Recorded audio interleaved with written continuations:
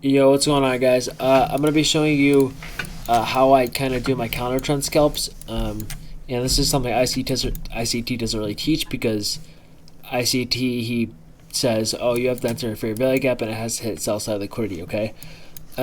So I mainly use these counter trend scalps as, like, I'm not sure what the bias is sometimes. So I'll show you what I mean. So in this example right here, we get the sell model right here. And let me draw a quick brush so you clearly get the sell model right here. And we end up hitting liquidity. We get that nice curve. We hit liquidity down here.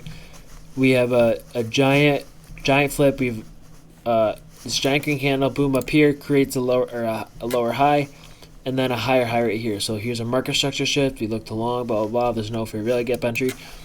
And at this point, this started to look like the buy model curve, okay? And I saw that we still had this unfilled fair value gap from before, and see how this one was filled, but this one was not. Well, I saw that, oh, we were up 16 points. So from right here, 3799 to 3716, that's a 17-point move without any retracements. And there's a fair value gap just sitting in here with more sell orders. So at this time, I was bullish. I was like, oh, why not take this fair value gap for a retracement and look for 5 to 10 points off of it? Because it's unfilled, it's a clean fair value gap, and I guarantee you, if we were to hit it when we hit this swing low, it would have been a premium, okay? So that might be confusing at first, but see how I just drew this? Let me put my 0 and 1 on.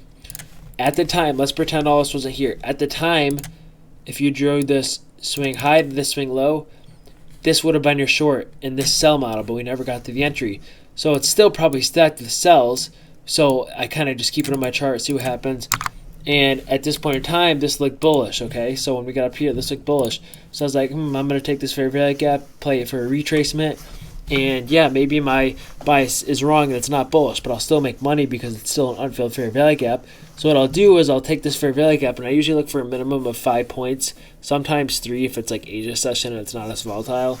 But like I'll get a minimum of 5 points, and I'll usually target the discount for long. So in this situation, your target would be it would be the 0.5, which is an 8-point move right here. So if you got in this fair value gap, which there's only basically one entry in this, and I would have put a limit right here, and obviously you can see it got filled. You could have put a limit at the bottom or even the top, it doesn't matter.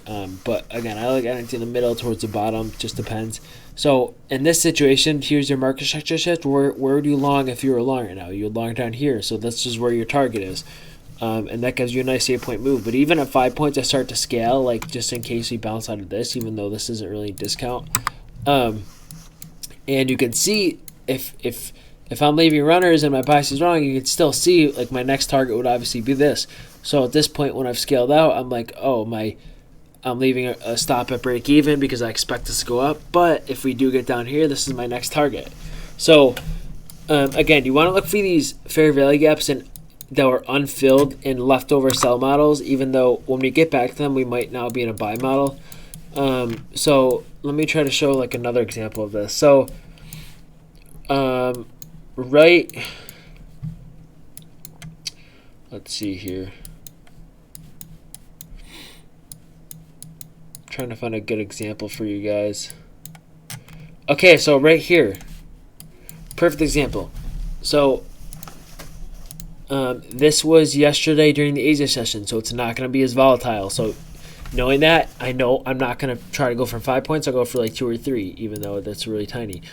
And look, we get this buy model curve, and by the time we form these two candles, you'd be like, oh, this is a huge pump. Clearly, smart money's in on this, and we should hit up here. Okay, so maybe at this time you're like, we could reject here. I'm gonna wait, and then you see these 2 green candles. Boom, that's when you know we're gonna hit up here. But you can see these 2 green candles, they ran into this tiny fair value gap over here, okay? And look, at the time you can see, if you're trying to store right here and you drew the fib from this swing high to the swing low, this would have been your short if you want, like at this time. As you can see, we never hit this short at the time when we were in this sell model, okay? And the sell model completion was right here, which we just bottom ticked, okay? So here's a sell model curve. We hit down here. This is the liquidity. And at the time, you're like, oh, I'm going to enter up here and go down here to the sell model. And this was also in premium, so there's still probably leftover sell orders in this, okay? And when we come back up to here, like you could still be like, oh, this is an old fair value gap in the old sell model. I'm going to try to get a counter trend scalp from it. And this is the perfect example. Why? Because once we hit up here, your target is this bullish fair value gap, because knowing you have liquidity, your target is this full bearish fair value gap. And you can see this actually never worked out that much. It only went 3 points, which is why, like I said, I don't target that many points in Asia session, but I also don't trade Asia session a lot, even though I sometimes like get addicted to it. But even if you enter this fair value gap, let's say you limit at 3838, then it goes to at least 3835, so that's a 2.5 point move. But by the time it gets down there, your stop should be break even, especially if it's an Asia session. The volatility won't really kill you that much, and you're targeting this lower fib, okay? So you're targeting this fair value gap, and your target is up there. If you were trying to long it, so something like this is a good example. Let me see if I can find a few more. Okay, right here. Look, we got this fair value gap and this fair value gap, and you can see that this was kind of this is not a great example, but we hit this high. I would have honestly expected us to go up here, but knowing we did hit a high, it kind of does make sense that we did reverse from here. But we hit a high, we pumped over it.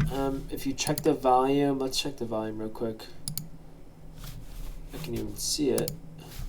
So if we check the volume, look at this volume, okay, compared to this volume. This volume spike most likely means this is more of a liquidity grab rather than a true pump up, because if this was a true pump up, in Asia session, this probably would have been more consolidation up. But I think this actually was news. So I think this was news. So this volume does make sense, honestly. So I mean, yes, that does make sense. But all night, my target was right here because it looked like the sell model, and we ended up hitting right here. But I think this is actually China's CPI. I'm not entirely sure, but this is what pumped us. Even though that pumped us, I was still bearish to this low. So just keep that in mind. And like, even if you're not understanding, oh, why was I bearish and not bullish up here?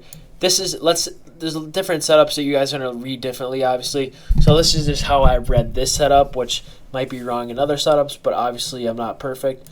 But in this particular setup, you get boom. Look, we bounce off this fair value gap right here. See this wick under, and then boom, we go back up, and we never even got to this part of the fair value gap, okay? And at the time, let's say you were bullish, then if you draw a fib from right here to here, then this fair value gap is literally perfect to long in. Why? Because it's a fair value gap and discount. And at the time, before we get this market structure shift down, you can see that it would have been a good long. But then look what happens. We form a bearish fair value gap right here, which is pretty fairish. We get a clear structure break. Usually when you want to long these fair value gaps, you want to see straight move down, not structure down. So in this example, you see structure down. But if you were to long this, you would want to see like a straight line down, kind of, instead of the actual structure down. And then boom, that's when you bounce. So we get our market structure shift here. Another fair value gap formed, which is still very, very bearish. But you can see, look, as soon as we got in this fair value gap, that would have been a good long, not even like 10 minutes ago. You can see, look, it catches this falling knife, and it goes 3 points. And again, this is Asia session. If it was like New York session, this would be like 5 to 10 points. I can guarantee that. But you can see like how I kind of counter trend scalp these, even though the bias still might be bearish. So at this time, I was bearish. Then we got China CPI. I'm like, that kind of messes my bearish bias up. And again, like news just blew through all of this, and then here's when you get this market structure shift, and I knew this would be a good long, despite us being bearish. So I never actually took this. This is only 3-point move, and I knew that because I saw this fair value gap above, so I knew it was going to reject either here or here. So these are not great plays to take, but like even in like this example right here, like we get a fair value gap, boom, dump. We never hit sell side, we go back up. So this shows even though your bias is wrong, like you're still making money off this fair value gap if you take it for like a counter trend. And at the time, you might be like, oh, this isn't a counter trend. I'm targeting buy or I'm targeting sell side, but you can still make money off of these clean fair value gaps and premium or discount no matter where they are. Again, I would say like 3 points in Asia session, maybe 5 to 10 in New York session. But yeah, and obviously, I'm not encouraging this strategy. I think going with a trend and knowing where liquidity is a little better because you can catch bigger moves. But like you can still make money doing this, especially if there's no play setting up. So it's if you're more of a scalper, I would definitely look into it and kind of marking old fair value gaps that would have been good longs. And sometimes you got to realize, don't just like slap them right away. See if like if there's a knife to them, like see if the knife kind of slows down, and then maybe like, oh, it's slowing down, maybe sellers are being absorbed here, and then that's when you buy, and then you just do a stop loss under the low and you see what happens. So that's all I got for now on this counter trend scalping strategy. Let me know if you have any questions in Discord. Feel free to answer them. Again, if you want to join my premium with my alerts, I think I'm 10 wins and 0 losses and 2 break-even trades this month. Feel free to do that. But yeah, other than that, I hope you guys enjoyed, and peace.